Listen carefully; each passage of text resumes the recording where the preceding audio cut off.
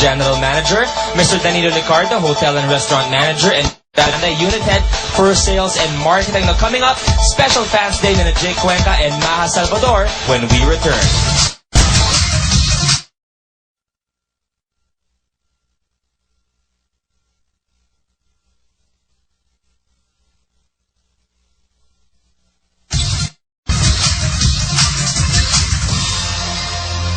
Fresh, hot, controversial. This is it. Thrilling admission. Maha Salvador at Jake Cuenca haharapin na ang pinakakinatatakutan nilang mga intriga sa isang pinakaabangang pelikula ng taon mula sa Star Cinema.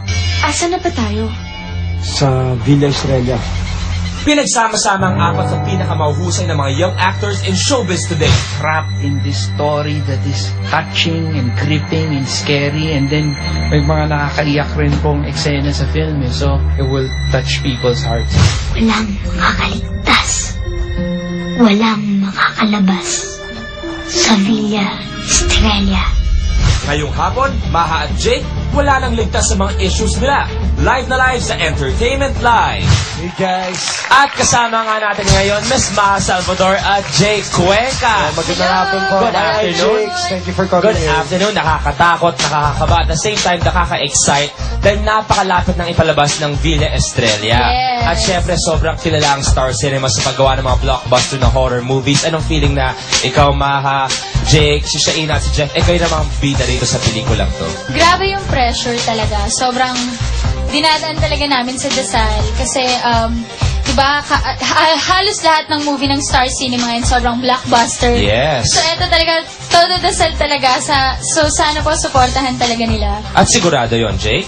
Ayan, basta like with me, sobrang flattered ako na binigyan ako ng Star Cinema ng opportunity na ganito. So, syempre, doon yung pressure nga kasi laging blockbuster sa movie ng Star Cinema. Pero confident kami kasi talagang pinaghirapan namin at talagang alam namin na maganda ang pelikula namin at magugustuhan yung lahat. Sigurado yan. Well, ngayon tinan natin kung matatakot ba kayo sa katanungan ng inyong mga fans para intrigahin kayo na kasama ni Bianca. Bianx? Thank you, Louie. Hi, Jake. Hi, Maha. Okay, kasama natin dito ngayon ang syempre mga cutie friends ni Maha, ang mga iJakes, lahat. Okay, full support sa inyo. Sisimulan natin ang tanong dito kay Trisha po. Yes, si Krisha may tanong para sa Yes. love na love niyang si Maha. Okay, go. Maha, kung sakasakaling may stranded ka sa isang nakakatakot na resort, sino gusto mong makasama? Si No? Jeff o si Carlo Aquino? Teka lang, may ganun talaga? May... Kailangan pagpilian talaga? Oo. Pwede, wala sa dalawa eh. Si Bakit? Ba't Piolo. wala sa dalawa? Bakit? Gusto ko si Piolo. Para solo ko lang si Piolo. O sige, pero sabihin natin kung kailangan mo pumili sa dalawa. Ano? Si Luis. Ay, wag na, mas nakakatakot pa ako sa Villa Estrella.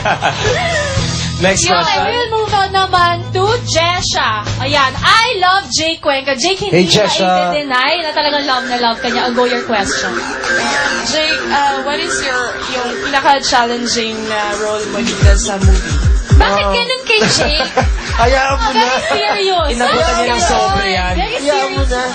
The pinaka-challenging na part sa movie nito, siguro, gawin yung buong horror, gawin yung buong movie was a different experience. So, challenging talaga siya kasi ngayon pa lang ako gumawa ng full-length movie at the same time horror pa. And our next question for Jake again. Ito naman si Angeli. Meron siya. Sana tungkol naman She sa loves love Jake life Cuenca niya. also. Tungkol daw sa love life. Special request ni Maha. Jake, sa tingin mo ba, sa totoong buhay, katulad mo rin yung character mo sa Villa Estrella na gagawin mo yung lahat para sa tao, para sa babaeng mahal na mahal mo? O, para kay Melissa. Ay! Ayun, napangalanan na. Ay, Jake, sorry. gagawin mo ba ang lahat para kay Melissa? Kay Melissa. Hindi, basta ako, pag mahal ko ang isang tao, talagang alam ko sa sarili ko na mahal ko talaga. Talaga naman, gagawin ko ang lahat para sa kay kanya. Melissa. Para kay Pero Melissa. naman talaga pag mahal mo ang isang Para tao. kay Melissa. Ay, naku. Si Carlo kaya. So, Ay, yung naku. princess ni Carlo. Pero of course, meron pang gustong magtanong sa inyo. Mga fans nyo abroad, hawakan ko na lang Wow. dito, okay? First one from Judy Dasal of LA. Hi, Maha. Kamusta naman ang working relationship nyo ni Shaina? Kasi lagi ko kayong napapanood sa ASAP tuwing Sunday at this time sa movie naman kayo magkakasama. Kamusta ang experience sa pag-acting nyo together?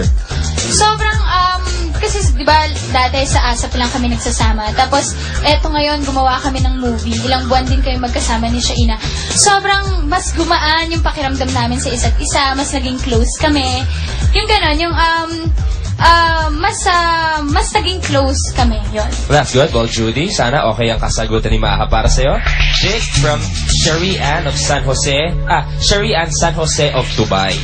Jake, totoo po bang nakikipag-date ka daw ngayon sa isang non-showbiz na girl? Naku, hindi yan alam ni Nini. Ayaw mo na ba ang taga-showbiz na girlfriend? Please answer po. Thanks. Wala po akong dinidate ngayon. Bale, I'm working. So talagang lahat ng attention ko nakabuo sa trabaho. Hindi Showbiz mo naman. Ako na lang sasagot. Huwag na. Si Ako na Nini lang lang po sasagot. dinedate niya. Sino? Si Melissa lang po dinedate niya. So, nagpo-focus po siyang maigi kay Melissa. At bago kayo mag-away-away dito, imbitahan natin silang lahat na manood ng Villa Estrella. So, July 1 po, sana manood kayo, Villa Estrella po. Siyempre, under Star Cinema, directed by Rico Maria Ilarda. At kasama namin dito sina... John Estrada, John Arcillas, Ronnie Lazaro, Ruby Ruby, Celine Lim, Empoy Marquez, Noemi Ineza. Oineza, at special participation of Miss Lisa Lorena. At syempre po, kasama namin dito ulit si Miss Shaina Magdayo and Jeff Eigenman. So, abangan niyo po Villa Estrella, July 1 na po. Sana Yes, ba panoorin mo, Luis? Yes, Jake, may dadagdag ka? Ayan, July 1, magkita-kita po tayo sa cinemas. Dali niyo po ang barkada niyo, pamilya niyo, girlfriend niyo, boyfriend niyo. Talagang magugustuhan